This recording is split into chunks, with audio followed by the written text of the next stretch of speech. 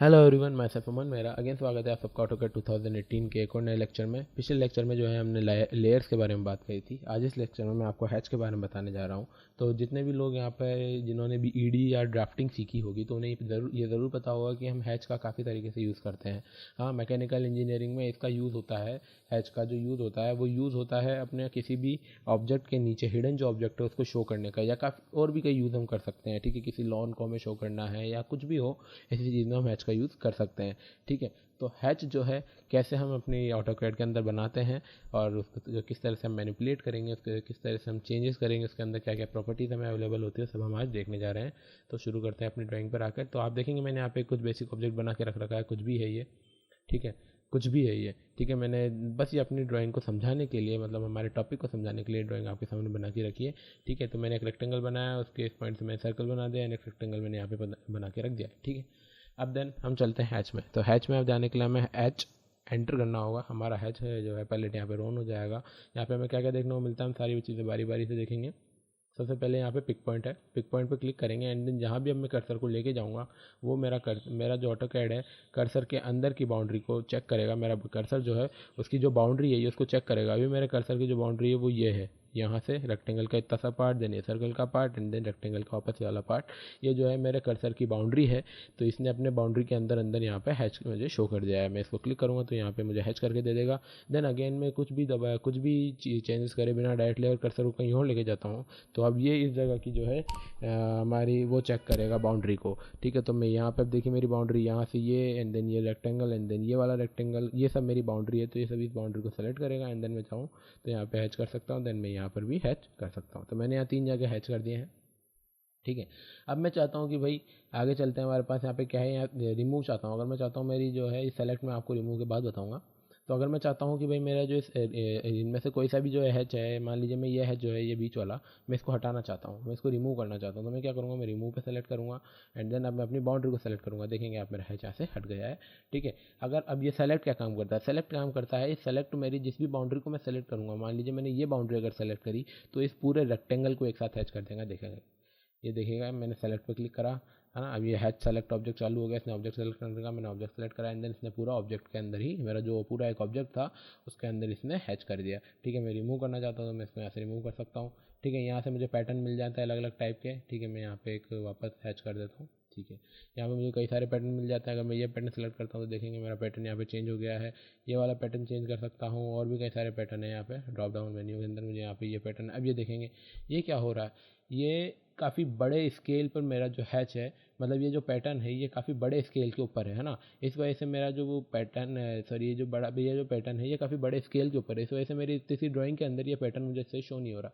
इसी से हम पहुंचते हैं अपनी अगले टॉपिक के ऊपर जिसमें जो कि है स्केलिंग। यहाँ पे आके आपने ड्राइंग अपने इसका स्केल जो है हैच का स्केल चेंज कर सकते हैं। देखिए मैं इसका स्केल कम करता जा रहा हूँ और ये देखिए अब मेरा जो हैच है मेरी ड्राइंग के अंदर अच्छी तरह से आता जा रहा है। आ गया है ना, ठीक है, सही जगह पर आ गया। ये इस तरह से हम यहाँ पर आके अपने स्केल के हैच के स्केल को चेंज भी कर सकते हैं। ठीक है, ये अगला क्या है, एंगल है। ये एंगल है, अब मेरा जो है चाहिए अभी 0 एंगल पर है ना, बिल्कुल स्ट्रेट। अगर मैं एंगल को यहाँ से बढ़ाऊंगा या कम करूँगा तो मेरा जो हैच है जो रोटेट होने लग जाएगा, देख रहे हैं आप। ठीक है, ये देखिए मैं बिल्कुल 360 डिग्री तक इसको ले जा सकता हूँ। 360 डिग्री तो नहीं, 359 तक जा रहा है, पर फिर भी कोई बात नहीं, काफ़ी होता है ये भी है ना। एंगल 0 360 के बराबर ही हो जाएगा क्योंकि इसलिए। ठीक है, अब यहाँ पे हैच ट्रांसपेरेंसी, अगर मैं चाहता हूँ मेरा जो हैच है वो ट्रांसपेरेंट हो जाए तो मैं यहाँ से उसकी ट्रांसपेरेंसी को बढ़ा सकता हूँ, कम भी कर सकता हूँ। एक चीज़ ज़रूर ध्यान रखिएगा, जब भी आप ये हैच ट्रांसपेरेंसी को यूज़ कर रहे हैं तो आपका जो ये ट्रांसपेरेंसी वाला टॉगल बटन है ये ऑन होना चाहिए। अगर ये ऑफ होगा एंड देन अगर आप हैच ट्रांसपेरेंसी करेंगे, ओके सॉरी, हाँ, देन अगर आप ये हैच ट्रांसपेरेंसी करेंगे, एक सेकेंड,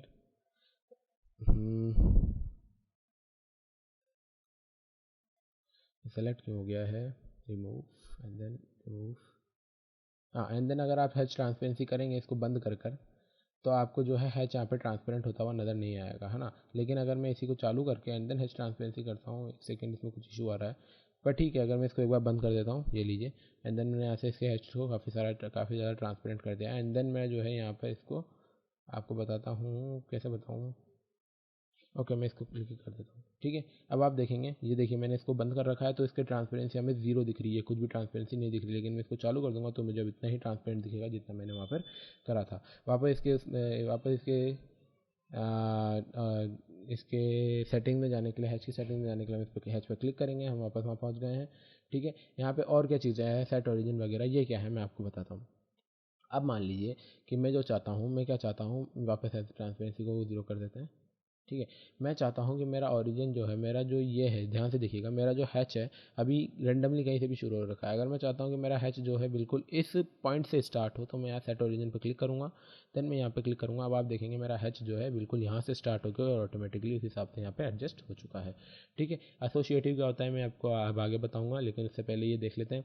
यहाँ पे पैटर्न हमें देखने को मिलता है। यहाँ पे से हमको पैटर्न कौन कौन सा चाहिए, मान लीजिए सॉलिड पैटर्न चाहिए पूरा, यहाँ पे कलर में हो जाएगा। ग्रेडियंट हमें चाहिए, ग्रेडियंट हम यहाँ से ले सकते हैं। पैटर्न हमने यहाँ से देख ही लिए, और यूज़र डिफाइंड आप यहाँ पे खुद भी डिफाइन कर सकते हैं। एक चीज़ और मैं आपको बताता हूँ, जब हमने यहाँ पर हैच एडिट्स में हम यहाँ पे इस पर क्लिक करके गए थे, ये सारी चीज़ें हम डायलॉग बॉक्स में भी ला सकते हैं। इसके लिए हमें कुछ नहीं करना, हमें HE एंटर करना है। ठीक है, पुराने जितने भी वर्जन हैं, एक सेकेंड लीजिए, इसको सेलेक्ट करेंगे। ठीक है, ये डायलॉग बॉक्स हमारे पास यहाँ पे ओपन होता है। मैंने क्या करा, मैंने कुछ नहीं किया, मैंने HE एंटर करा, एंड देन मैंने यहाँ पे ऑब्जेक्ट सेलेक्ट करा, एंड देन मैं यहाँ पे डायलॉग बॉक्स ओपन हो गया, एंड देन यहाँ से मैं सारी चेंजेस जो यहाँ पे करे थे यहाँ से भी कर सकता हूँ।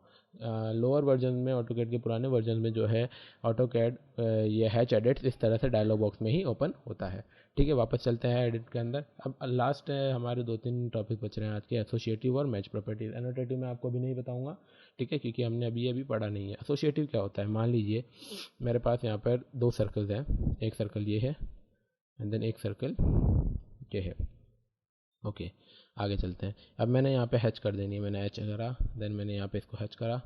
ओके, ये मैंने जो है हैच, ये मैंने एसोसिएटिव रख के इसको हैच करा है, ट्रांसपेरेंसी 0 कर देते हैं। ये हैच जो है मैंने एसोसिएटिव रख के हैच करा है, देन एंटर कर देते हैं। अगेन वापस हैच के अंदर चलेंगे, अब मैं एसोसिएटिव को हटा दूंगा एंड देन मैं यहाँ पे इसको हैच करता हूँ। दोनों में डिफरेंस क्या है, कुछ डिफरेंस नज़र आ रहा है आपको, नहीं आ रहा, अब आएगा, देखिएगा। तो अगर मैं इस सर्किल की जो है मेरी साइज़ को इंक्रीज़ करता हूँ या डिक्रीज़ करता हूँ, तो इसका हैच जो है उसी तरह से करस्पॉन्डिंगली चेंज होता चला जाएगा, ये देखिए। ठीक है, अगर मैं इसको कम भी करता हूँ तो वापस अपने हैच को उसी तरह से एडजस्ट कर लेगा अपनी सराउंडिंग के हिसाब से। लेकिन अगर मैं बिना जो ये सर्कल से मैंने एसोसिएटिव नहीं रखा था, अगर मैं इसके हैच को चेंज, इसकी साइज़ को चेंज करता हूँ, तो मेरा हैच जो है वो अपनी साइज़ को चेंज नहीं करेगा। ये डिफरेंस होता है एसोसिएटिव और नॉन एसोसिएटिव होने में। ठीक है, अब यहाँ से मैं अपने हैच को डिलीट कर देता हूँ।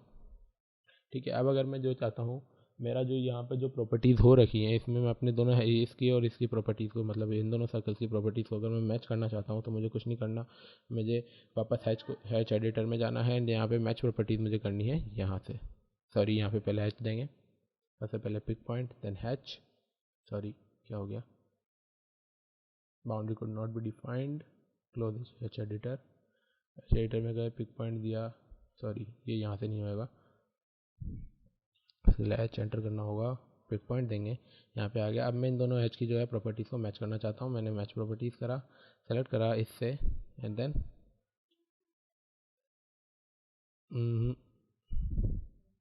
इससे, तो आई थिंक अभी हो गया होगा।